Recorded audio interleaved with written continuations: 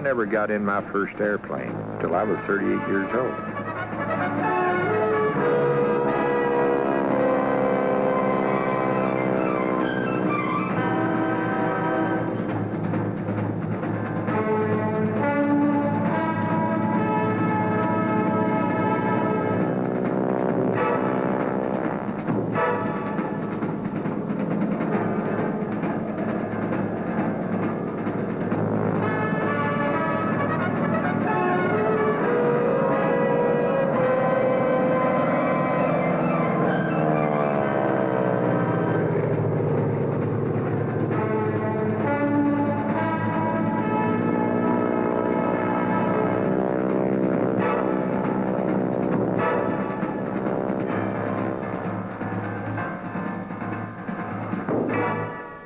I was really getting the feeling I was personally being stymied, just being a successful businessman. I felt I hadn't reached my personal limitations.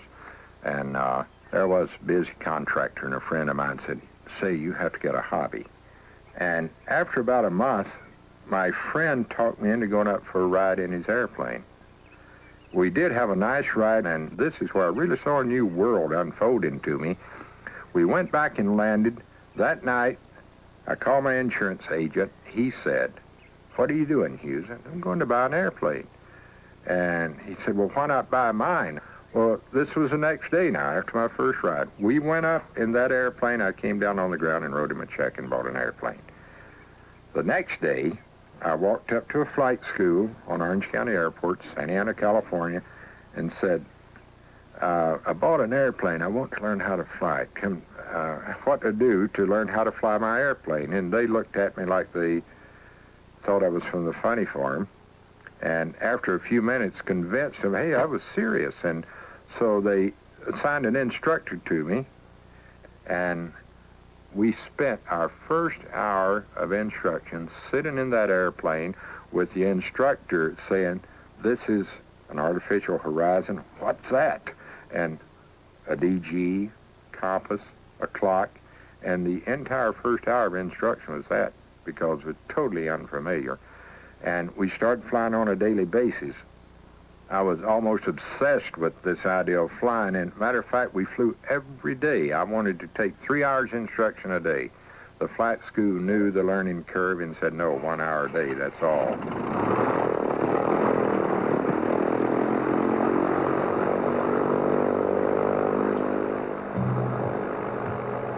I went right on in, wanting to learn more about the thing I liked so well, the aviation, and just about that time, my friend came back and said, "Let's go see an air show." And we did go to this air show, and for my first time ever, I saw aerobatics. Well, I knew right then I had to learn aerobatics. So I started flying aerobatics. I learned to do the basic rows, loops, and all of that, and thought, gosh, I love it. And thought, well, it would be a neat thing to do 2 or 3 air shows a year. I thought, okay, I have to have the airplane to do this with. And through the research, I found a Stearman was most commonly used throughout at least the recent years. Understand the Stearman basically was not really an aerobatic airplane. It was used as a primary trainer in World War II and did the basic loop and roll, and that's all. So I wanted to build this airplane into one of the best aerobatic airplanes, or airshow airplanes, that existed. I had a choice of engines to put on the airplane. Well, in keeping with basically my personality, if you're going to do it right or forget it, I put the largest engine that was mechanically and physically possible to put in the airplane, which is a 1340 Pratt Whitney, which at that time turned 600 horsepower. So all of a sudden, I had the beginning of a super Stearman.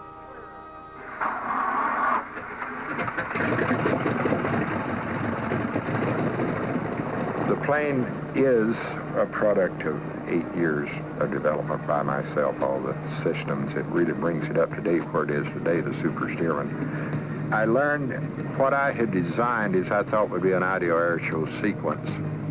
Still, every morning in this airplane, up early in the morning, out flying into the construction office, back in the afternoon flying again, day after day. So now I'd finally learned to do aerobatics pretty good.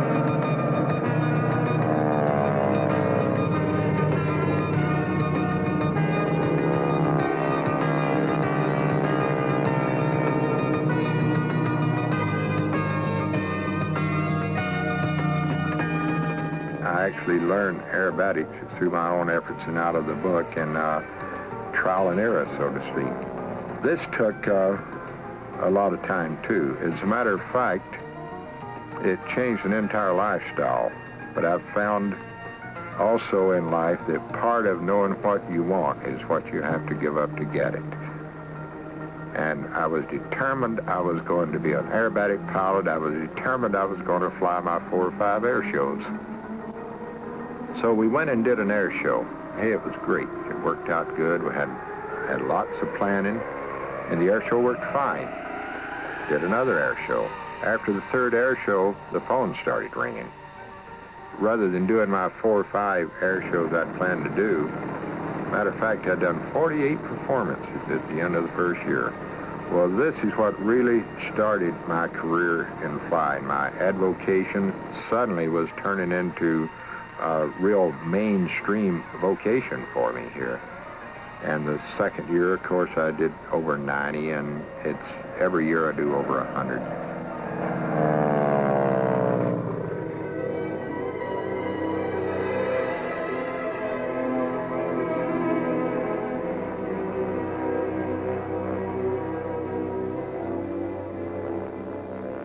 Learning to fly upside down and do loops, you enter into a total different environment of the body. I think the strangest feeling was the sensation of G-loads. Example, I weigh 170 pounds. I'm 1 G. If I have 2 Gs, I weigh 340 pounds. So getting the body used to all this, it's quite an unusual experience. And I remember it hurt a little. And after a while, though, this starts going away. The body adapts to its environment. And example now, I pull in my sequences, the advanced sequences, up to 7 positive and 5 negative Gs, and I don't feel either one. A negative G is the reverse. What it's doing is literally trying to tear you out of the airplane, and this is where you have all the double belts and to scare you in the airplane, and also the blood is rushing out of the lower parts of your bodies, particularly the extremities, into your head, and it's very painful. It took about 5 years of doing air shows before all of a sudden one day I didn't feel the pain of the negative G's in an outside loop. All of a sudden it was gone.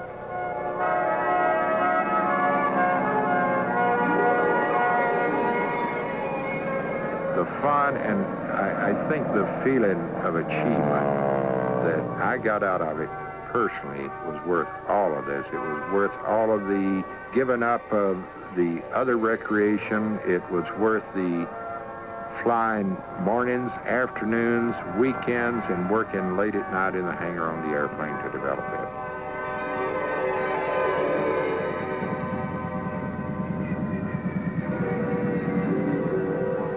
After I learned to do aerobatics fairly decently, then it came time to start formulating an ideal for a wing walking act. Initially, I was pretty busy learning to fly the airplane, and my original wing walker was an ex-trapeze artist, and he was thinking of all the tricks that could be done.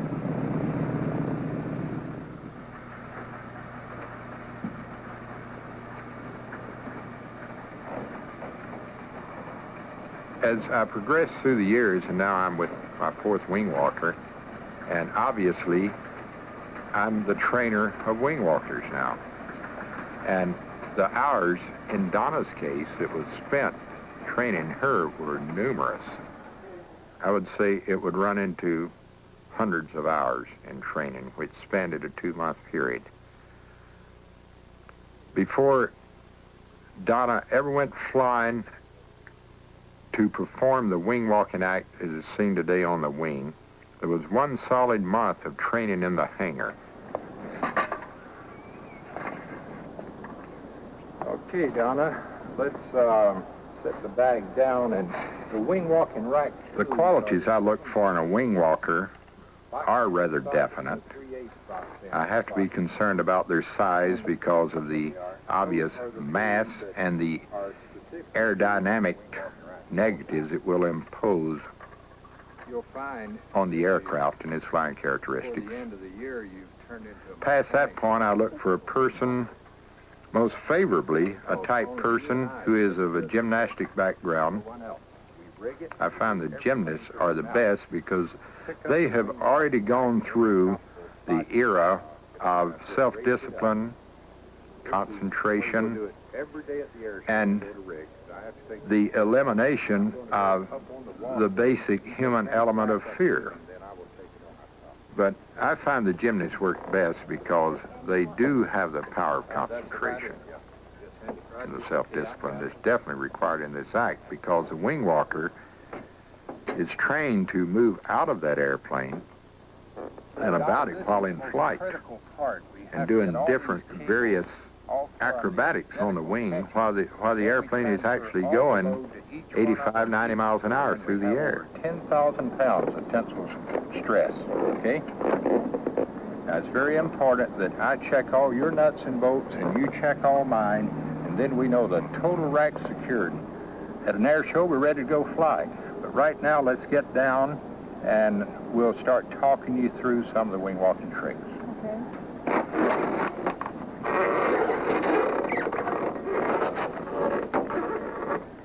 Now, on the kick out for the horizontal handstand, I want you to hold on to the top, come right back down to the windshield.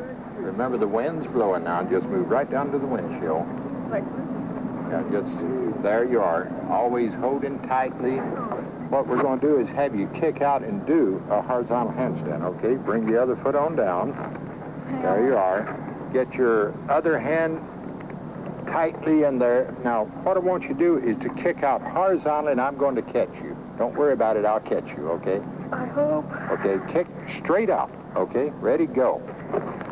There. Now, the wind's going to be helping you. This is going to be easier to do in the air than it is on the ground. If you start oscillating, sort of do a slight scissors with your legs. What? No, the other way. There you are, right there.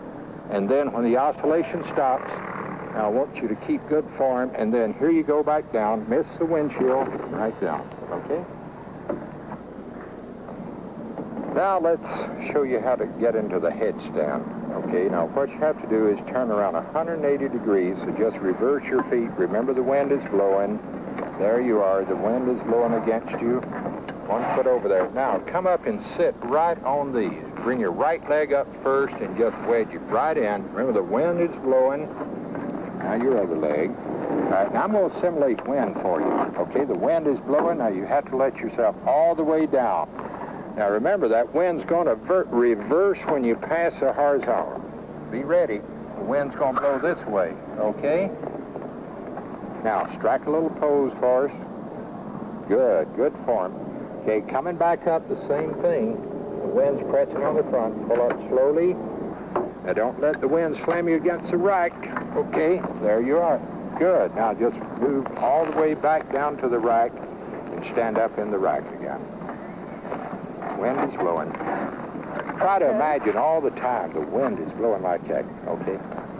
80, 85 miles an hour is what it's going to be blowing. The type thing that I do performing air shows is often referred to as stunt flying. It actually isn't at all. Stunts are things like jumping the Snake River, attempting to do something. This flying is well planned, It is practice and polish to the science of safety. We have a tradition we go through in this. We always give a handshake before we take off for the performance. It's like, have a good show.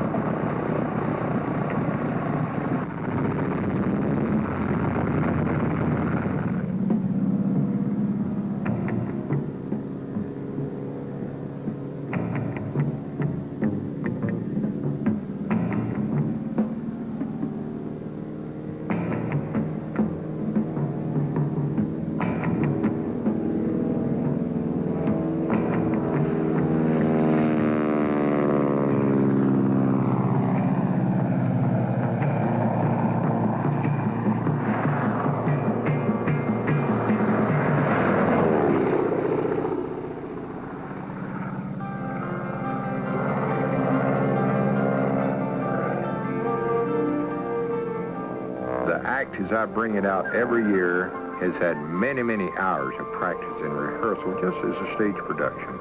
It is, in all respects, a stage production performed in the air.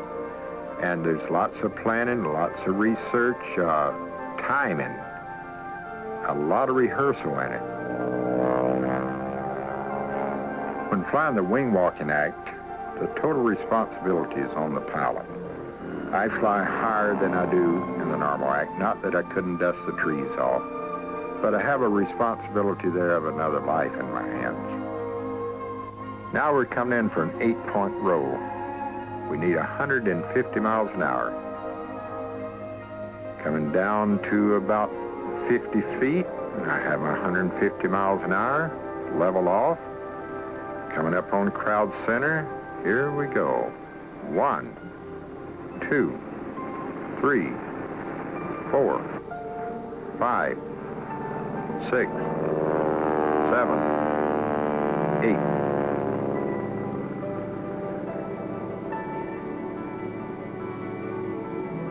My engineering background has been most helpful.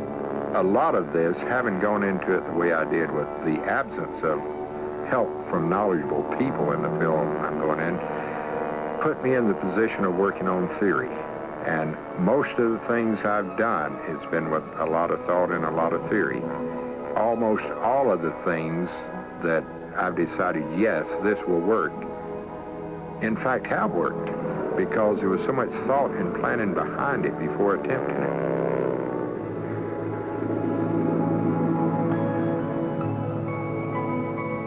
If I tell you I don't have a few anxieties before a performance, I would be lying to you. I do. But once I'm in the airplane, I'm in my own element, one of which I'm in total control of it, and I know this. One thing you have to remember is to never be afraid of what you're doing, because automatically that puts you behind the curve. Believe in yourself, have confidence in yourself, apply yourself. If you are frightened in any situation and afraid, there is a restriction again subconsciously that does not allow you to function to your full capability. Always have a healthy respect for what you're doing and recognize your limitations and the limitations of what you're involved with. That's where it all begins. You must believe in yourself. After I've flown a performance, I know whether I did a good performance or not. And that I have come down and I have performed well motivates me to move on forward. I have to know I'm making progress. This gives me the incentive to continue. Sometimes I have hit what is called a mental stalemate, and there's a reason behind it, so I seek out that reason and find out what it is and eliminate it and then continue to move forward. I believe anyone can do anything with their life or their profession that they want to, that there's no limitations. The only limitation a person has is within himself. The key to it all is to decide what you want to do and to study it and to be determined within yourself. And out of this, you can draw all energies you need to press forward and to move as far in whatever that direction is you want to. It's up to the individual. Sit down and determine, where do I want to go with my life, my profession? Then you can sort of set a pattern you want to follow to improve your environment and your existence in life and those who surround you. And I think once you can ever look far enough into the future to say, okay, where am I going to be 10, 15 years from now, or 20, or whenever, then I think you can start formulating a pattern and a direction of where you want to go. One thing that many people say to me is, oh, that's impossible. Never take that position. The position I always take in this is nothing impossible. The impossible just takes a little bit longer.